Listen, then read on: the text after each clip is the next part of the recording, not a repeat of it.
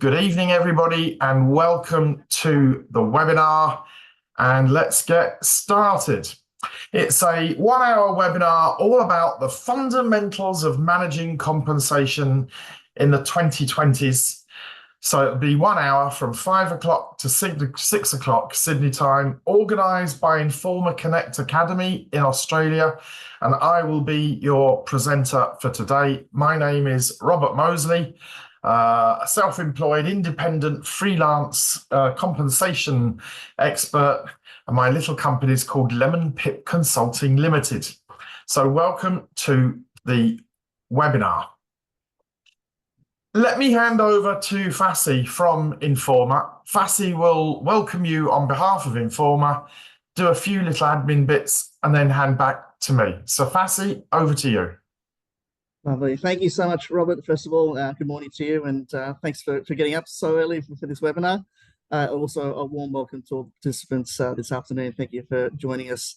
I just wanted to do a couple of housekeeping things before I hand it back to Robert. First of all, there will be a recording of this webinar, so that's one of the questions that normally does come up when these things happen. So there will be one available, made available at the end of this presentation. And if we could have Q&A, there will be Q&A as well, and we'll have that at the end of the presentation. So if we can hold fire right until the end, that would be most appreciated. But thanks again, Robert, for making the time. I will hand it back to you, and I'm really looking forward to this. Thank you so much. Brilliant. Okay, so timings.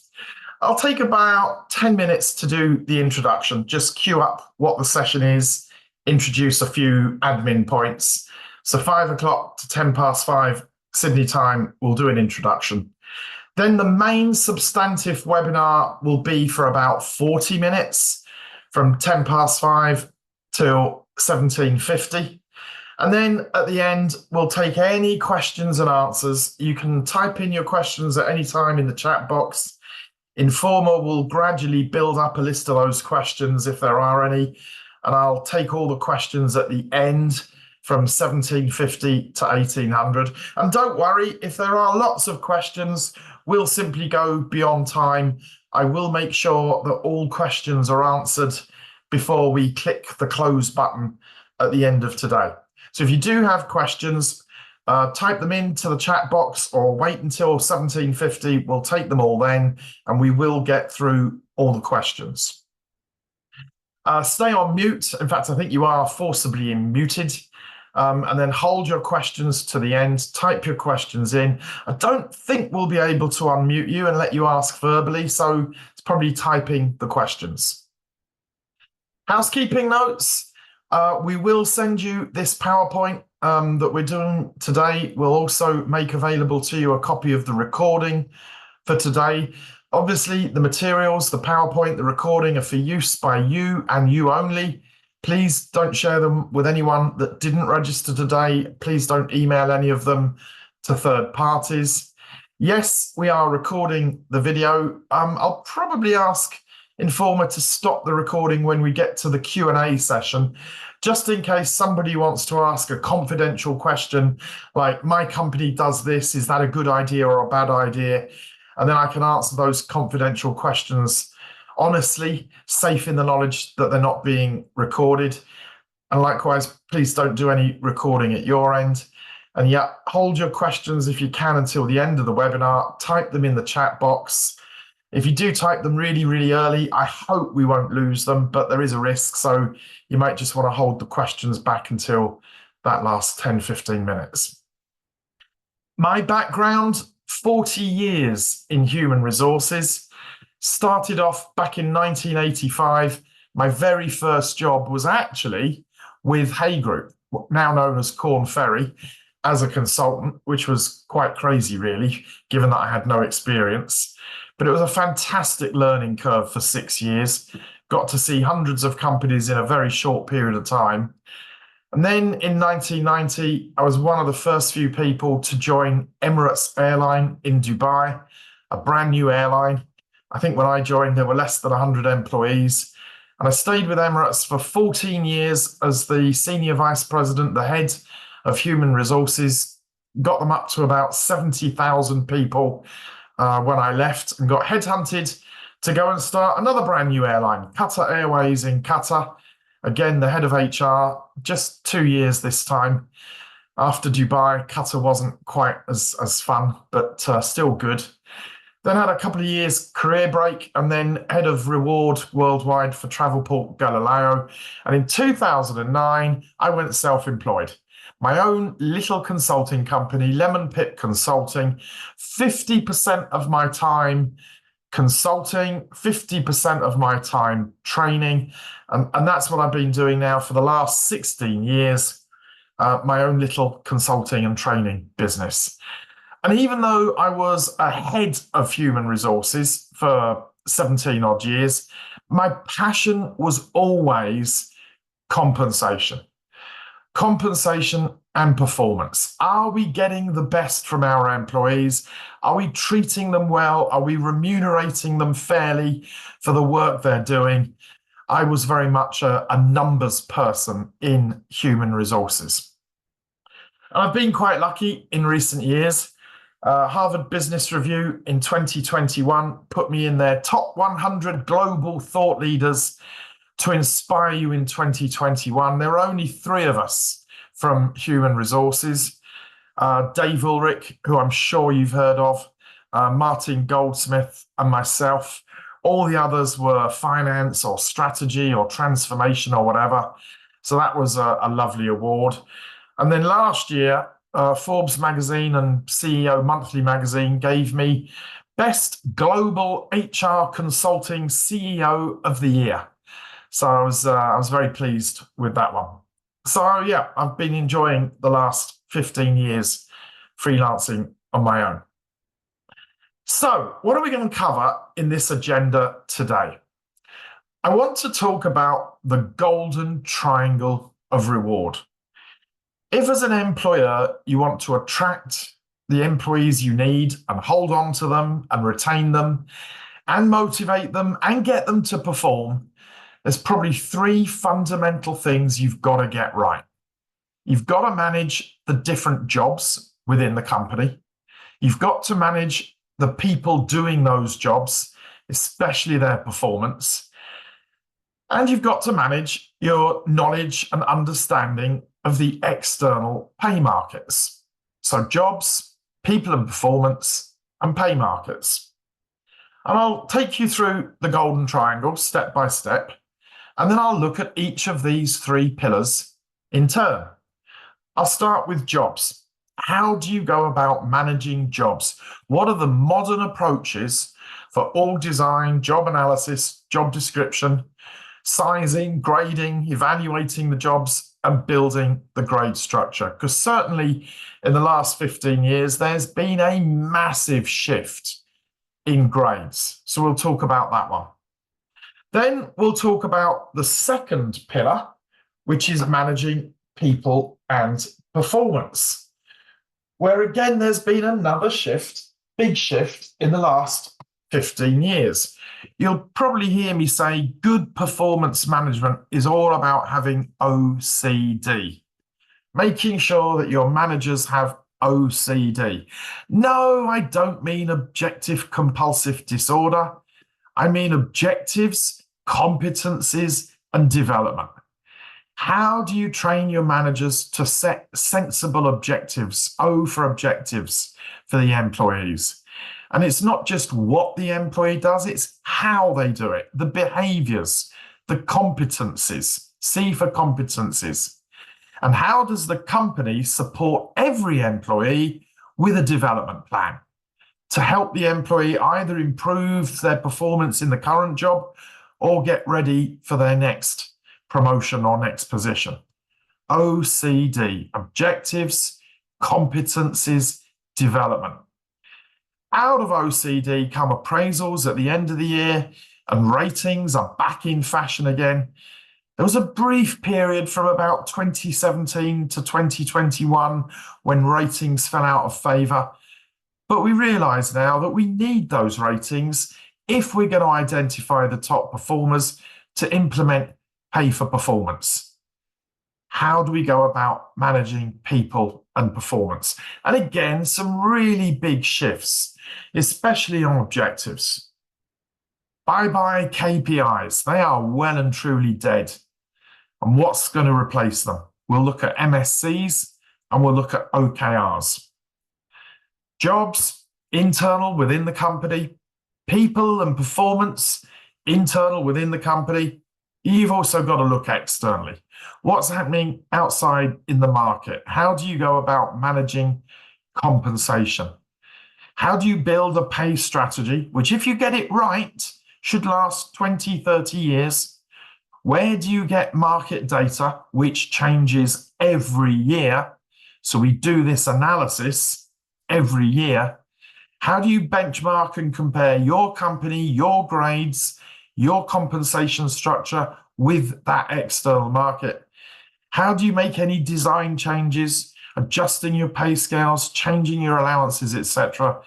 And how do you manage and implement those pay scales? And then when we've been through the golden triangle and we've looked at the fundamentals, at the end of the webinar, we'll tell you about a couple of training courses that are coming up next month in March, probably in Sydney, but possibly in Melbourne.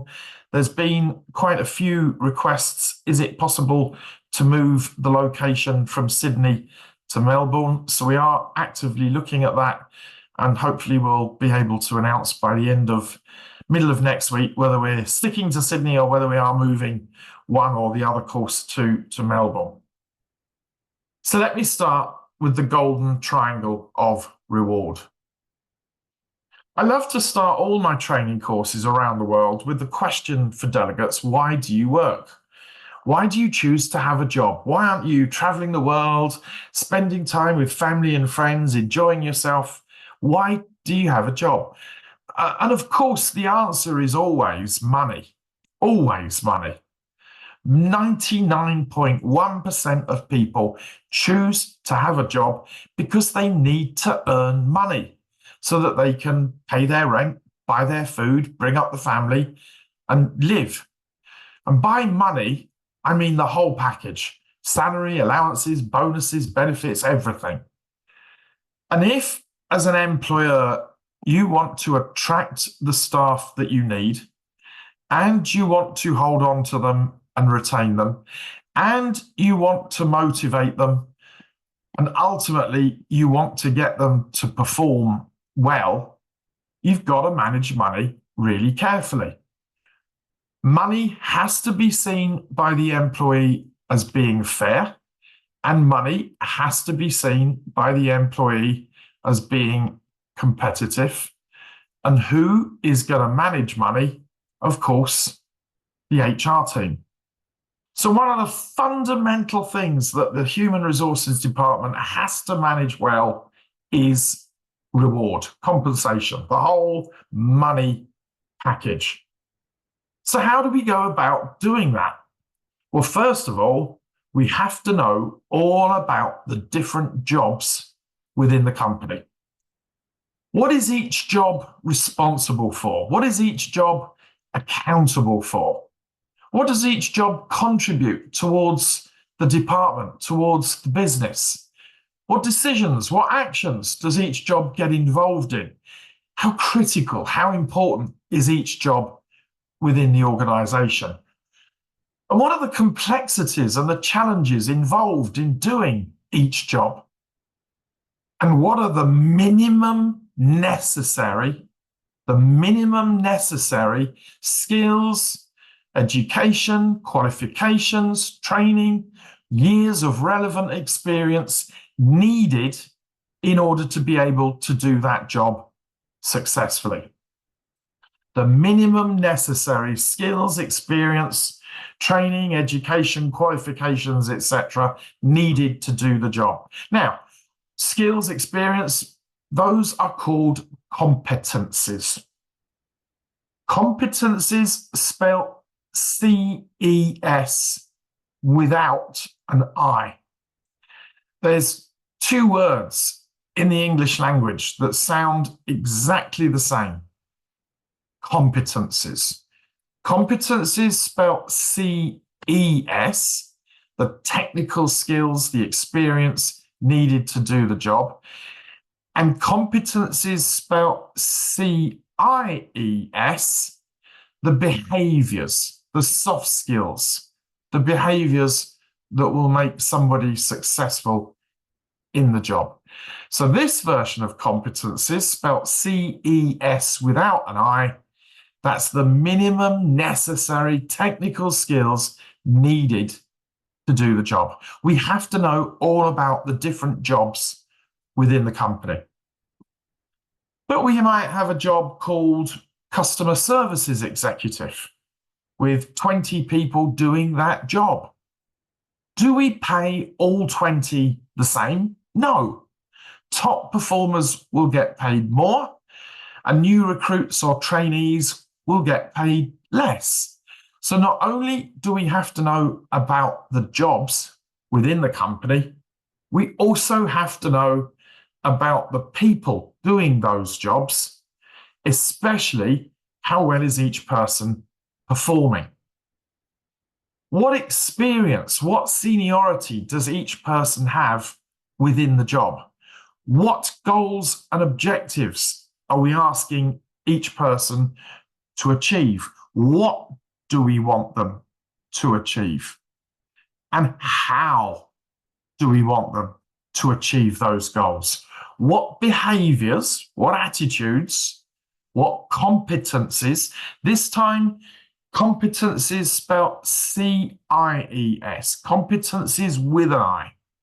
What behaviors will make the employee more successful within their job? Competencies. Competencies without an I, CES, technical skills. Competencies with an I, CIES, the behaviors, the soft skills. For example, a taxi driver. Can you drive a car? Do you have a driving license? That's a technical skill. But do you drive the car safely? Do you stay within the speed limit? That's a behavior. The technical skill is a necessity. It's part of the job. It's going to be valued in job evaluation, and it will impact the grade of the job. Whereas the behavior, that's not part of the job. It's part of the person. Will it be part of job evaluation? Are competencies, behaviors part of job evaluation? No, they're part of person evaluation. And of course, person evaluation is called performance management. We've got to know all about the jobs within the company. We've got to know all about the people doing those jobs and how well each person is performing within the company. But we've also got to look externally. What's happening outside in the market? What are my competitors paying for the sorts of jobs that I'm trying to employ?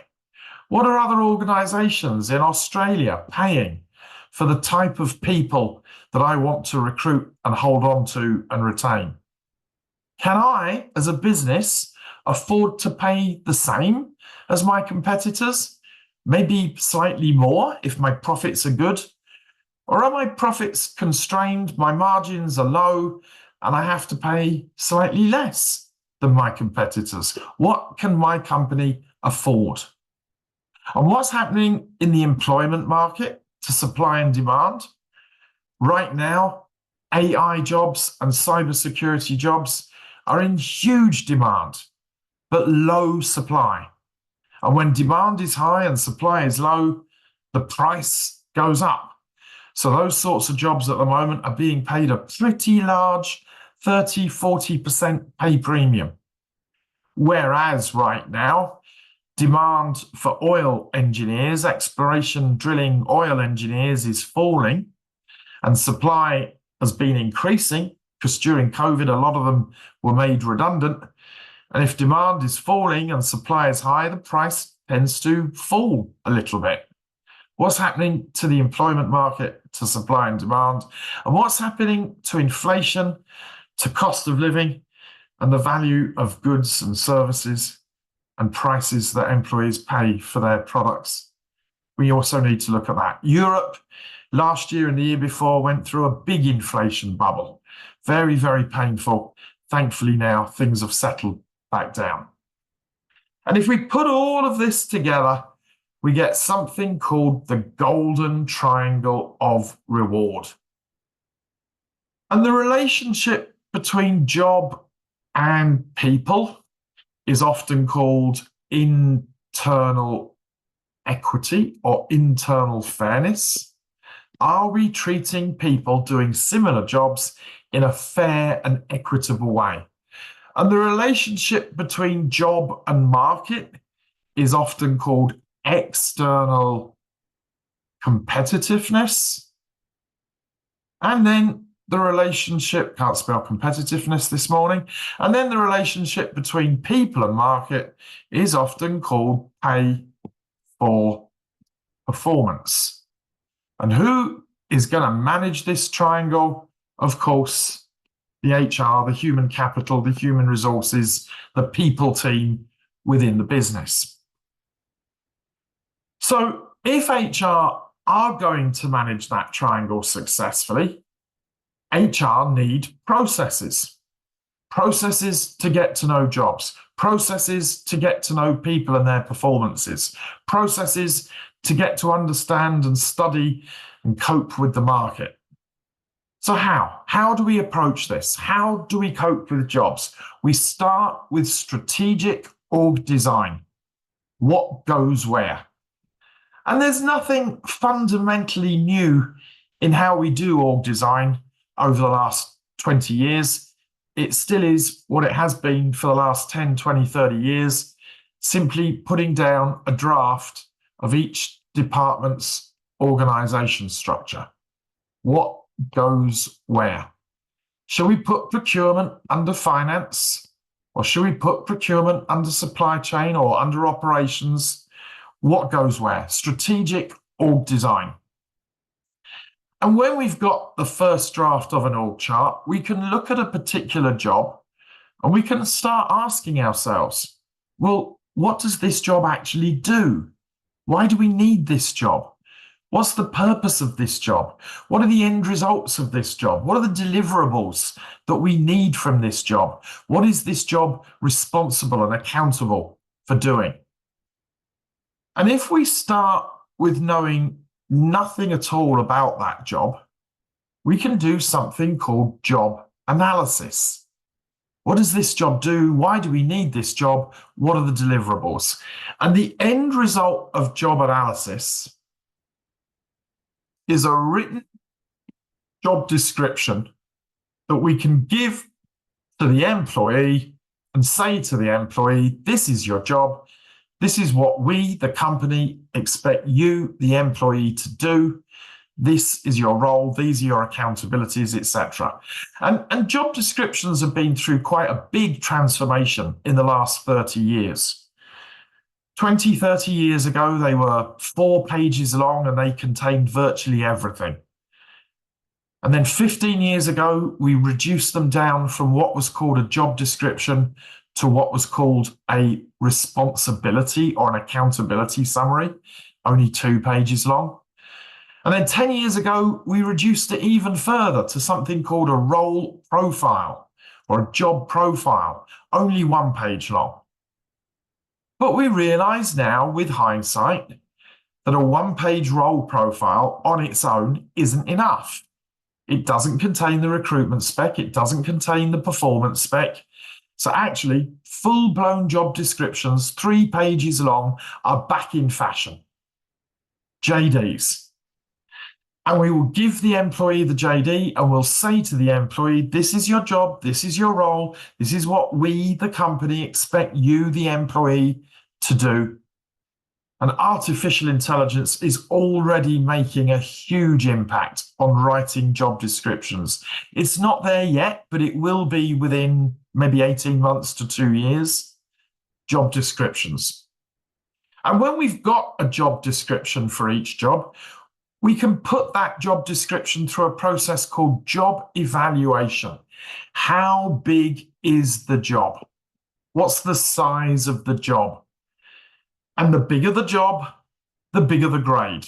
We'll put jobs into grades based on the score of the job, based on how big the job is through job evaluation. Job evaluation, nothing significantly new. Still 3, possibly 4 really good methodologies. The Hay methodology, now known as Korn Ferry, the Mercer methodology, the Towers-Watson methodology, and the Hewitt or Aon Hewitt methodology. And in Australia, of course, Culpepper's as well. No significant changes in job evaluation techniques, but huge changes in grades. We've been through a massive U-turn in the last 30 years. If I go back to the 1990s, from the CEO at the top to the cleaner at the bottom, companies had lots of grades, typically 18 to 24. And in the 2000s, we went through that trend of broadbanding. Let's merge 2 grades into 1.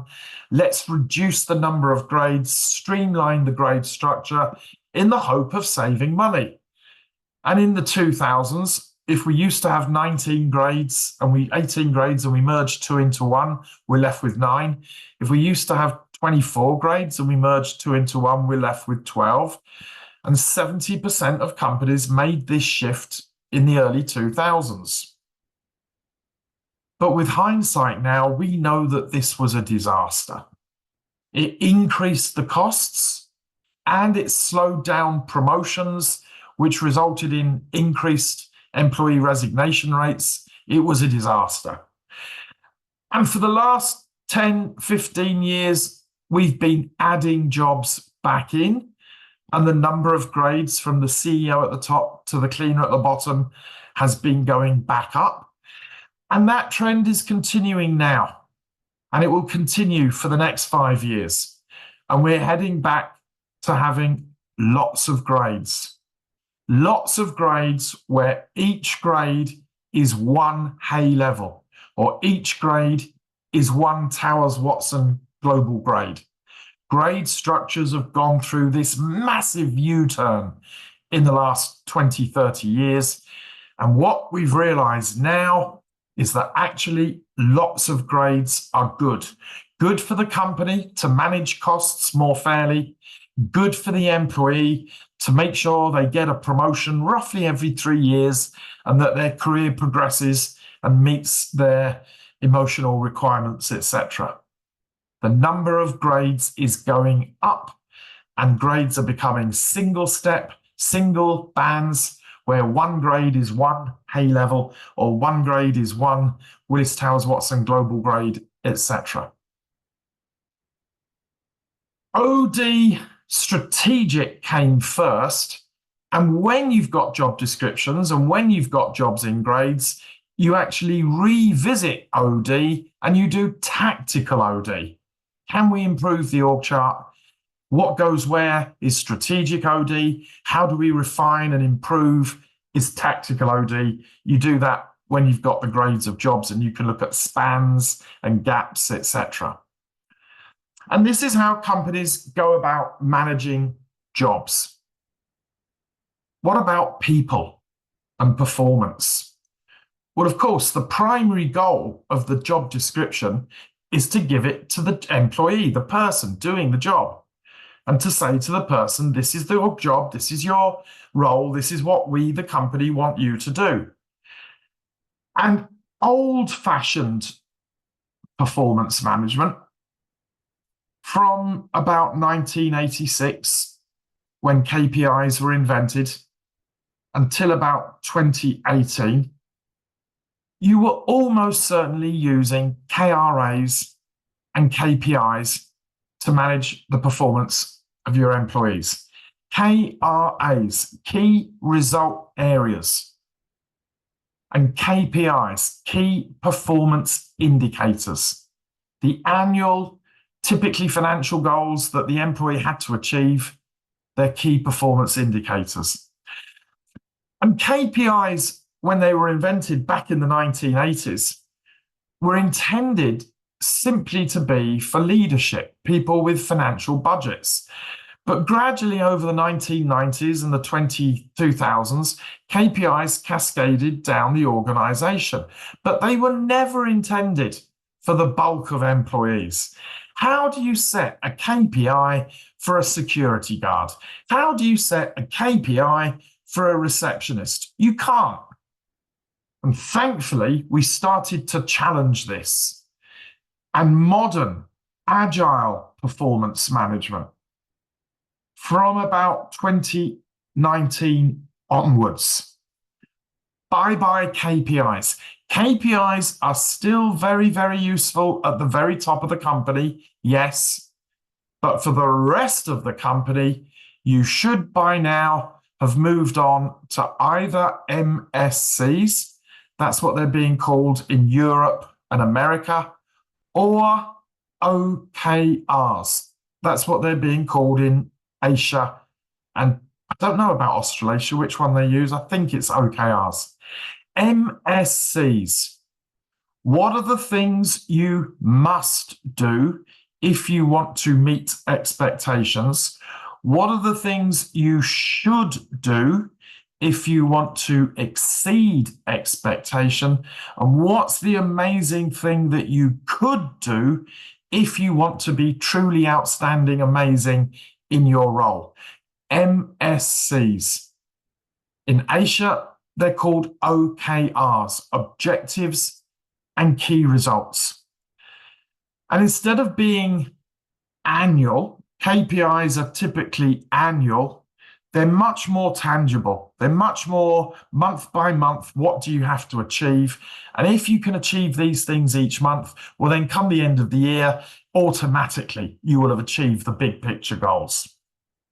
Big, big changes in performance management and objective setting. Bye-bye KPIs, hello MSCs. What must the employee achieve? And how should they achieve it?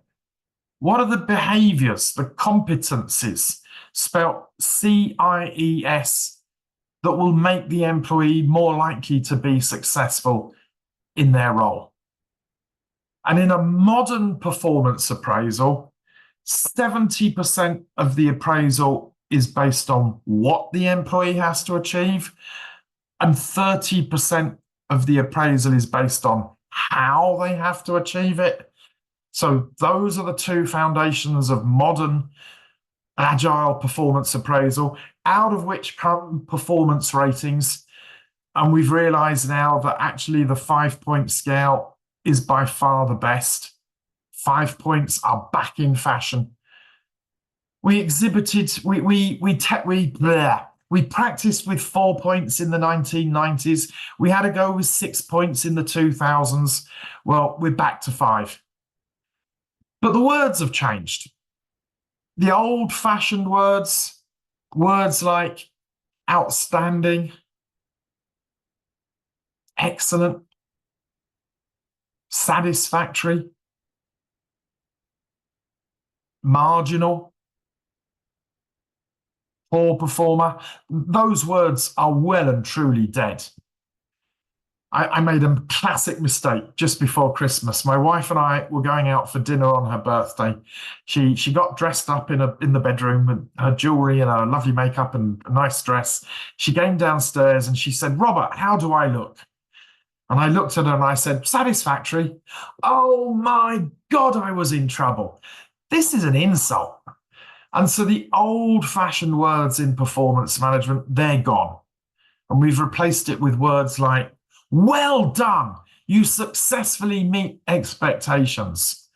And bravo, you've exceeded expectations. Modern performance appraisals. Yes, 5 points are back in fashion, but the words have changed.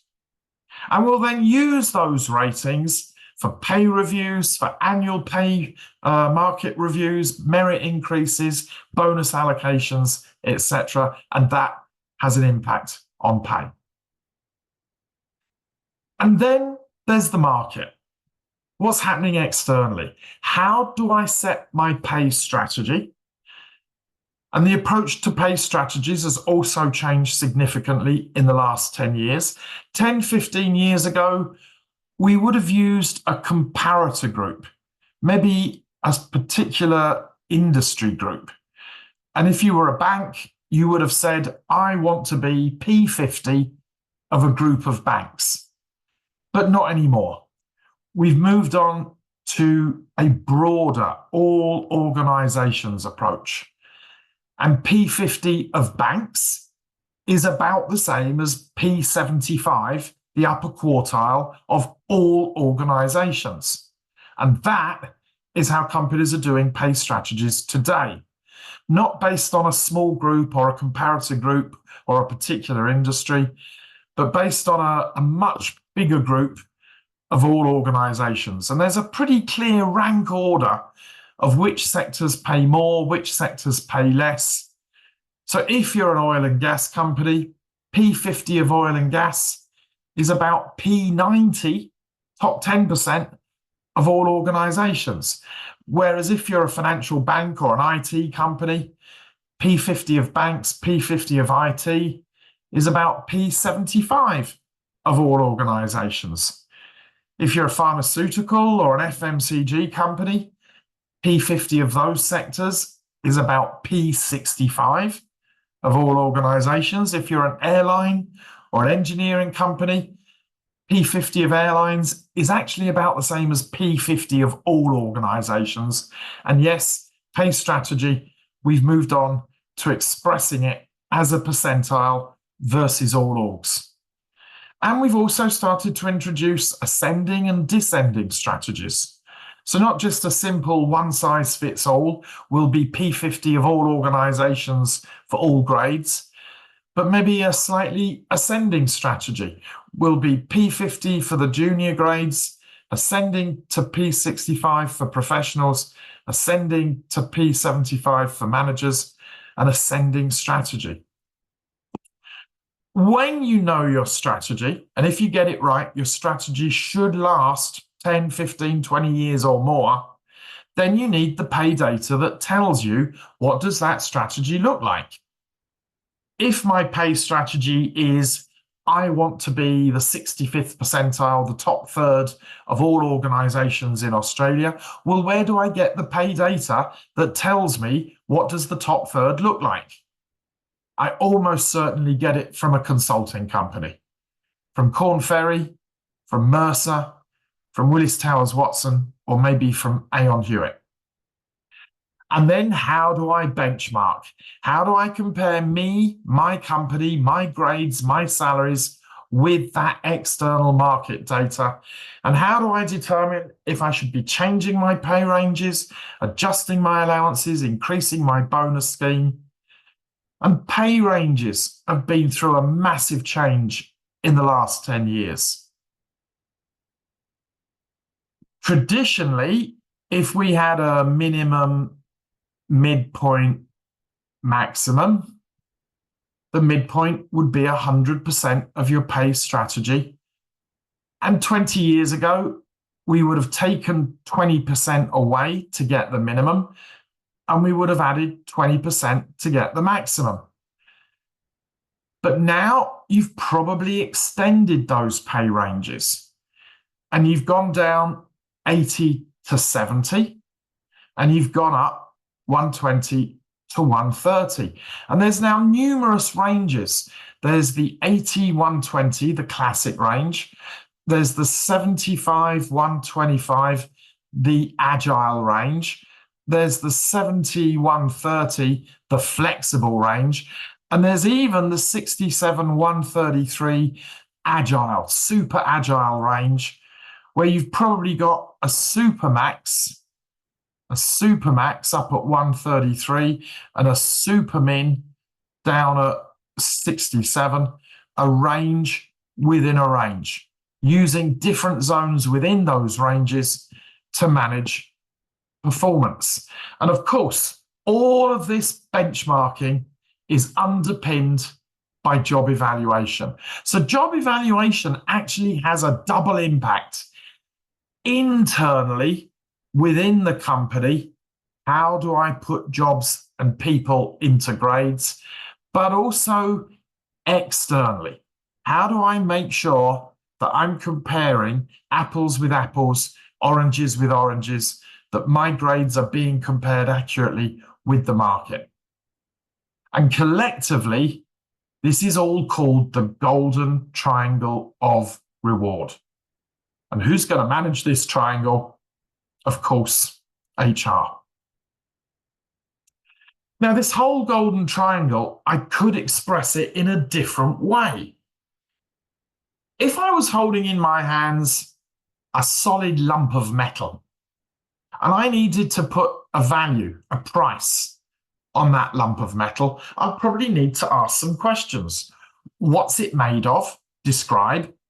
How heavy is it? Please weigh it. What's the quality of the metal? And what's the market value today? And if I said this lump of metal is pure gold, 200 grams, 21 carat, and the market price today is $20 a gram, I now know that this lump of metal is worth $4,000. Now, if instead of being a lump of metal, it's an employee, how valuable is an employee? What shall I pay an employee? I'm actually going to ask myself the same 4 questions. Describe, weigh, quality, value. If I'm looking at a job, thinking, what should the salary be for a job? Or if I'm looking at an employee, thinking, where should I put them in the pay range? The same 4 questions. Describe, weigh, quality, value. Describe the job they're doing. And that's org design, job analysis, job descriptions. Weigh the job they're doing. That's job evaluation and grades. And getting your grade structure right, from the CEO at the top to the cleaner at the bottom, getting the right number of grades, vitally important in today's world. What's the quality of the person doing the job? That's performance management and performance appraisal, where hopefully you've moved on from KPIs and you're now using MSCs or OKRs. And it's not just what you do, the objectives that matter. It's also how you do it, the behaviors, the competencies. And what's the market value? That's where compensation comes in, pay strategy, market data, etc. So if we go back to the golden triangle, we can see how these 4 questions come into play. Describe the job they're doing, weigh the job they're doing, what's the quality of the person doing the job, and what's the market value? And it captures all of these key elements. So this is called the golden triangle of reward. This is what I wanted to take you through and highlight. Where are the trends? Where are the shifts? And I'll take questions any minute now. Give me another 5 minutes. How do we put a value on a commodity? Describe, weigh, quality, value. How do we determine the remuneration for an employee? Same 4 questions. Describe, weigh, quality, value. Well, this, of course, has been a 1-hour webinar. And if you really want to dive deep and get to understand job descriptions, job evaluation, compensation, the good news is we've got a couple of training courses coming up in Sydney, maybe Melbourne, literally a month from now, next month. We're doing 2 courses. The first training course that we're doing from the 10th to the 13th of March is all about job analysis, job description, job evaluation, and grades. We'll spend 3 days looking at job evaluation and grades, especially the HAY methodology. And we'll be taking you through the tips, the secrets of how to evaluate jobs, which things really matter, which things don't matter. And 1 day on job analysis and job descriptions. So a 4-day course, 10th to the 13th of March. Planned for Sydney, but we might be switching it to Melbourne. We've had a lot of requests in the last week or two. Please, can we do the course in Melbourne? So if there is a demand for this course, and if people are more based in Melbourne, say so, tell us, because we can switch the course pretty easily. And then the second week, from the 17th to the 20th of March, another 4-day course looking at compensation. Pay strategy, market data, how do you benchmark, how do you build your pay scales, what type of pay ranges should you use, how do you manage performance, how do you manage comp ratios. It will also cover pay for performance, pay reviews, etc. A comprehensive 4-day course on compensation, again, probably in Sydney, but it can be moved to Melbourne. We're not doing a course on performance management or appraisals. We're not doing a course on OD. So course 1, job analysis, job description, job evaluation and grades. And course 2, compensation, pay strategy, building the pay ranges, implementing the ranges, pay for performance. Course 2, 17th, 20th of March. So yeah, course 1, job analysis, job description, job evaluation and grades, 10th to the 14th of March, probably in Sydney, but we will switch it to Melbourne if that's what the demand is. And course 2, compensation and reward, strategy, building the pay scales, benchmarking, getting the pay scale ranges correctly, recruiting people, promoting people, what happens if they hit the maximum of the pay scale, linking pay with performance, pay reviews, merit pay. It is 2 mind-blowingly detailed courses. So I hope that you'll be interested in those next month. So that brings me to the end of my part of the webinar. So hopefully now it's about 10 to the hour. So let's open it up for any questions. Are we able to let people unmute themselves, or are we going to do it text and typing? Fassi. Robert, I think we'll do text and type in. So we have already had a few people put their questions into the Q&A box. So if you do have questions, please, at the bottom of your Zoom, there should be a Q&A box there. If you can type your questions into there, and we can then go through those one by one. And we'll give you a couple of minutes to do that. But in the meantime, Robert, thank you so much for that presentation. It was absolutely illuminating. I will also just say to the attendees, in relation to those 2 courses, these are Robert's flagship programs. He is globally recognized for delivering these 2 programs across the world. So in terms of value for money and the actual return on investment you will get by attending these, I can guarantee will be second to none. What I will also just say, in terms of registration fees for the attendees, I am authorised to offer a special 10% discount for those who are on the webinar at the moment. So if you are interested, please email training@informa.com. That's training@informa.com, and we will make sure that that gets acknowledged in relation to your registration. I'll clarify .com.au. Sorry, Robert, if you can add that AU right at the end there. That's quite an important bit. That's a quite important one indeed. So with that note, shall we jump into the questions? I'm happy to read them out for you, Robert. Yeah, go for it. Pick a question and let's go for it. Fantastic. So the first one is from Emily. She's asking, is there anything in particular you would recommend to focus on to drive performance if your organization does not give STIs or LTIs to most employees, apart from a higher base salary? Well, first of all, you're absolutely right not to do LTIs, long-term incentives. Long-term incentives only have an impact on the very, very, very top 0.5% of people, your CEO and the direct reports to the CEO. And a long-term incentive is designed to change their mindset from a 1-year profit goal to a 3, 4, 5-year shareholder, share price, share value goal. So LTIPs have absolutely no place whatsoever for the vast majority of your staff. You're correct not to do LTIPs. But a 1-year bonus plan, That's kind of important. Should there be a company-wide bonus plan? Ideally, yes. But if you don't have bonuses either, well, then your only tool is your pay review, your pay scales.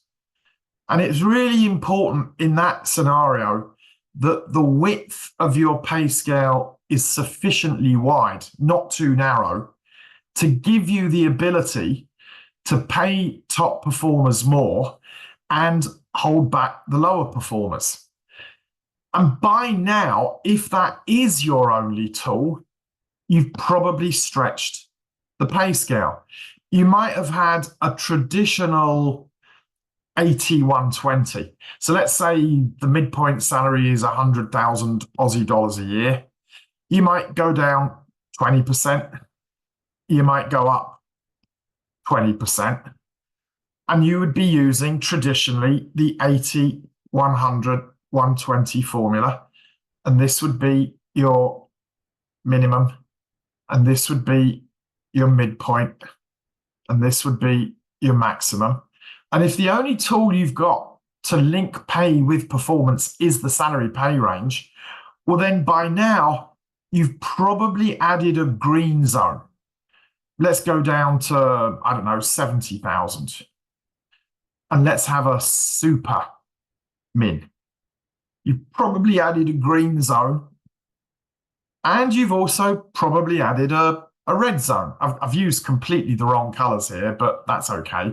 You've probably added a red zone and you've stretched the pay range and you've added on top a super max, a super min and a super max. Now, HR only communicate to managers the standard min max.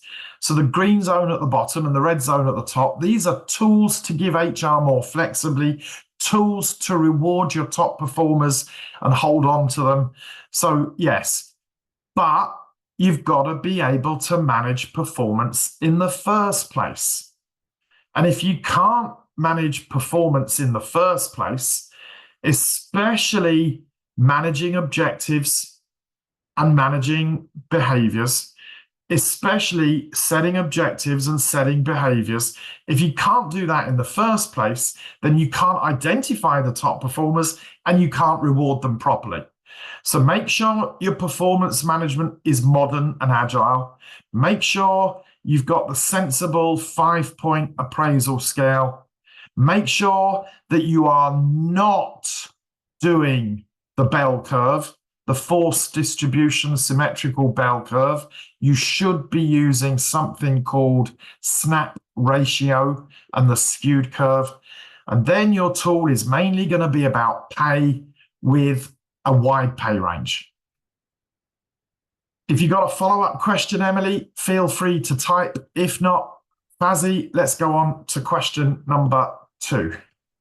Fantastic. Oh, and I should add, of course, that in the training course on compensation, we will be talking about those pay for performance linkages. We will be talking about the different types of pay ranges. So if you really want a very detailed answer, come on the training.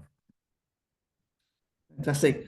Next question from Anonymous. Robert, it's actually a 2-part question, so I'm hoping that's okay. I can do them both at one time, or shall I do one at a time?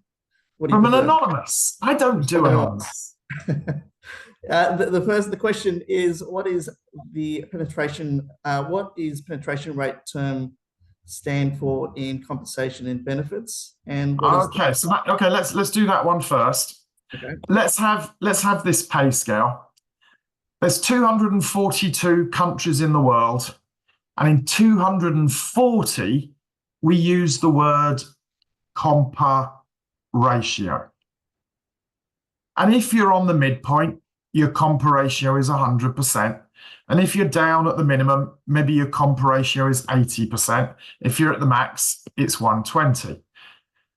Now, 2 countries of the world, instead of compa ratio, they use position in range, otherwise known as penetration.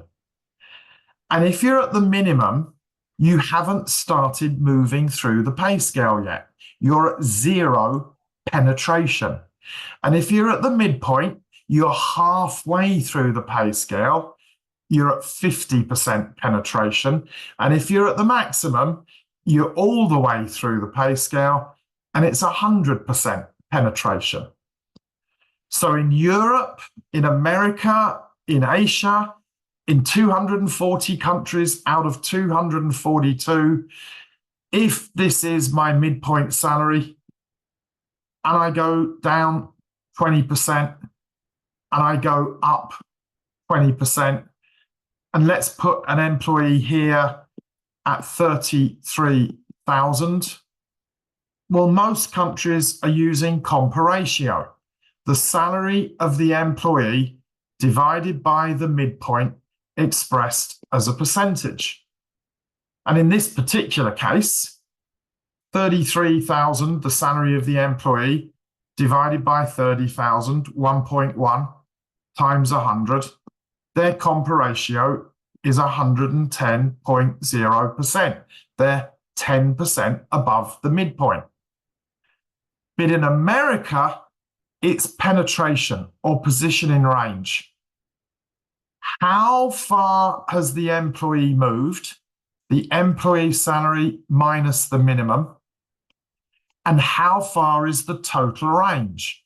The maximum minus the minimum. And in this particular case, it's 75%. They've moved 3/4 of the way through the range. They've got another quarter to go. So in Europe, in America, in Australia, apart from the US, the minimum is 80, the midpoint is 100, the maximum is 120. Whereas for penetration, the minimum is 0, the midpoint is 50, the maximum is 100. The only two countries that use penetration or PIR are the USA and Canada. So tough luck if your parent company is American, they're probably forcing you to use penetration, PIR. No, don't recommend it. And the second part of the question? I suspect you may have answered this already, Robert, but the question is, how can we draw lines between each grade? What is the crucial part to take into consideration? Okay, so let's say we're evaluating jobs from big to small, and we've got the job size of every single job. Well, there's good places to draw the line, and there's terrible places to draw the line. So when you draw the line, you've got to be very, very conscious of, are there any employees or any jobs just below the line that might feel upset? There's good places, good places, good places. And the more lines I draw, the more grades I get. Far more important than where to draw a line is how many lines. From the CEO at the top to the cleaner or the driver or the porter or whatever it is you got at the bottom, how many grades, how many lines should you draw? And we cover that in great depth on day 3 of the job evaluation course. And it will teach you for your particular company, should you have 22 grades or 17 or 13 or 10, a really detailed, accurate tool, what is right for your company. And we'll talk about where to draw the lines, the good numbers. We'll talk about how many lines in our training course next month when we do job evaluation. What's the next one? And please don't give me an anonymous. No, I've got a question from Anne. She's asking, do you have to do all 4 days of the course, or could you do only the 1 day on job descriptions? Yeah, well, I mean, I'll let you answer that one. Yes, my suggestion to Informa is that they do make it the 7th, 8th, 9th of March on JE and grades, and oh no, I've got the dates wrong again. The 10th, 11th, 12th of March on JE and grades, and then a standalone 1 day on the 13th of March on job analysis and job descriptions. So from my perspective, absolutely, you can come for 1 day only on Thursday, the 13th of March, but I'll let Informa decide that because they're the ones doing the sales and marketing. So Fassi, you can follow up on that answer. Absolutely. So, and if you are interested, if you could send us an email at training@informa.com We will make sure that we come back to you with a more detailed answer to that question. Next one, Robert, is... Just ask Anne, is she in Sydney or is she in Melbourne? Ooh, that's a good question. If you can jump in. And if you can type in the chat box, are you in Sydney or are you in Melbourne, or which location do you prefer? That will help us. Okay, next question. Yeah, fantastic. So next one is from Kerry. Kerry would like to know, how do you suggest the expectation for pay range transparency is managed? We are not a company that has traditionally provided transparency of all ranges. I've got to say, the new European regulations coming in about pay transparency are going to be an utter disaster. If you've got a manager in grade 18, do you tell that manager their own personal pay scale? No way. But if that manager is managing people in 16, 15, 14, 11, do you tell the manager the pay scales of the grades below the manager? You should. Yes. Do you tell the manager those pay scales? Yes. If I've got an employee in grade 15, do I tell that employee their pay scale? No way. Do I tell them the pay scales of the grades below them if they're supervising people below them? Yes.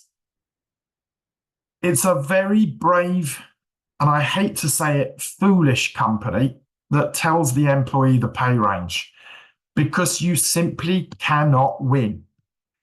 If I tell an employee the pay range, if the employee is low in the range, they're going to be upset and they're going to be asking for an increase. If the employee is high in the range, they're going to be demotivated, because they're going to say, well, if I do work really hard and perform amazingly, there's nowhere for me to go. And people who are in the middle of the range, well, they say, okay, negative, neutral. There is nobody that is going to be happy with whatever the answer is. 1/3 of your people are going to be upset because they think they're paid too low. 1/3 of people are going to be demotivated because they realize they're at the top of the range, they've got nowhere to go. And 1/3 of people are going to be neutral. Nobody is positively motivated. So why do it? You only do it if, unfortunately, legislation drives us towards it. It's a lose-lose situation. Next question. Or are we done? Unmute myself. No, we've got one more, Robert. We've got a question. Okay. Yasmin. Yasmin is asking, in light of rapid inflation and currency depreciation, how do you ensure your compensation strategies remain relevant, and how do you deal with it? So, of course, when you do your annual pay review, the pay review will be market driven. But when you implement the pay review, you'll have a fixed pot of money and you'll have a merit pot of money. The fixed pot of money will lift the pay scales, and the fixed pot of money will go to all employees to help them cope with inflation. It won't cover inflation, but it will cover most of inflation. The fixed pot is going to lift the pay scales, and it's going to lift all employees. The merit pot is going to be linked to performance. The merit pot is going to lift compa ratio. The fixed pot has no impact on compa ratio. Relative to the midpoint, the employees staying the same. The pay scale's going up, all employees are going up, but the merit pot is going to lift compa ratios. If the market is moving, let's say in Egypt, I'm not going to pick Australia, I'm going to pick Egypt. If the market is moving by 15%, merit will be 3% and fixed will be 12%. And that's because inflation is really, really high. But if the market is moving by 5%, merit is still 3%. And the fixed increase is lower at 2% because inflation is lower. Now, yes, you budget for the total increase, but subconsciously, you should be splitting it between fixed and merit. And the merit is always 3, and the fixed is the inflationary partial subsidy. But inflation's not that high in Australia. What is it at the moment? Any idea, Fassi?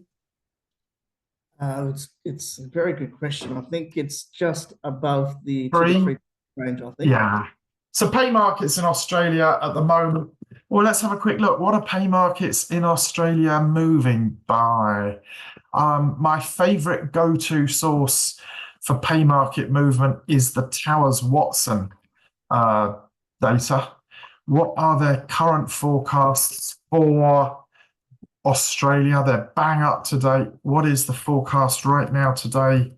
This year, Australia. We're looking at Australia about 4%. Pay markets are moving about 4%. That is not high at all. They very seldom move by less than 3, but they'll go shooting up to 7, 8, 9, 10 if there's inflation. 4% means virtually minimal inflation. And if your pay review is 4%, it's probably 3% in merit and 1% in fixed. So companies at the moment, they might change their pay scale. 1%, is it worth it? Maybe wait till next year. Pay scales in Australia are changing roughly every 3 years at the moment. Fantastic. There is at least 2 more if we've got time, Robert. So I'll do 2 more. So anyone that hasn't typed by now, tough luck, you're too late. I'll finish what's typed. Let's get them done. Just before I ask you the next question, Robert, there is 2 links in the chat box, which has the website links to the courses. So if you do want to click on that to get more information, one of the questions was asking where in Sydney, if we were to obviously run it in Sydney, it would be in the CBD, obviously nice and convenient for everyone in the Central Business District. So hopefully that answers that question. But the next question is from Rachel. Robert, she is asking, is there a best practice on developing a merit matrix based on performance?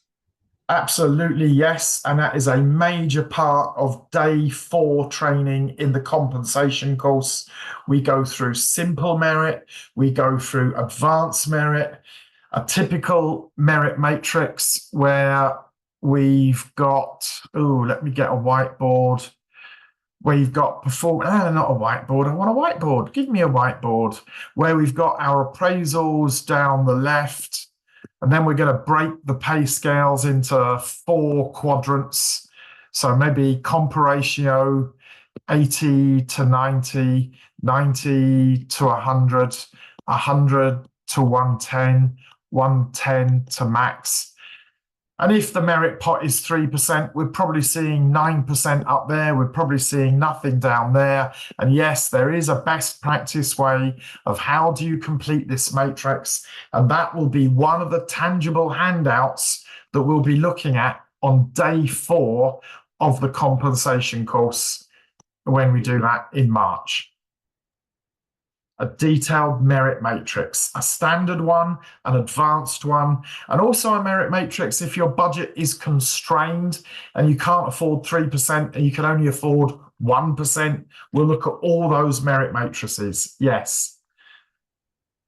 Fantastic. And a question that we've actually just talked about prior to this webinar, Robert, the person is asking, can they attend virtually? You can answer that one. So we will attempt to, if we have numbers physically for the course, we will definitely look at also adding on a virtual option. In a nutshell, just given obviously Robert is based in the UK and we're here in Australia, just doing a purely virtual course is not a possible feasibility. However, if we have enough people in the room, we can certainly then also add on a virtual option on that caveat that we get people either in Sydney or Melbourne. So that is definitely hopefully a possibility. So at the moment then, the plan at the moment is Sydney classroom. We are very open to considering Melbourne classroom. And if we get enough people in the classroom and there's additional people that want to attend virtually, we're very open to also opening it up to people who are virtual. So if you've got any interest in either course, let Informa know. Tell them, do you prefer classroom? Do you prefer virtual? And tell them, do you prefer Sydney or do you prefer Melbourne? Obviously, if it's virtual, you really don't care where it is, but it will be on Australia time.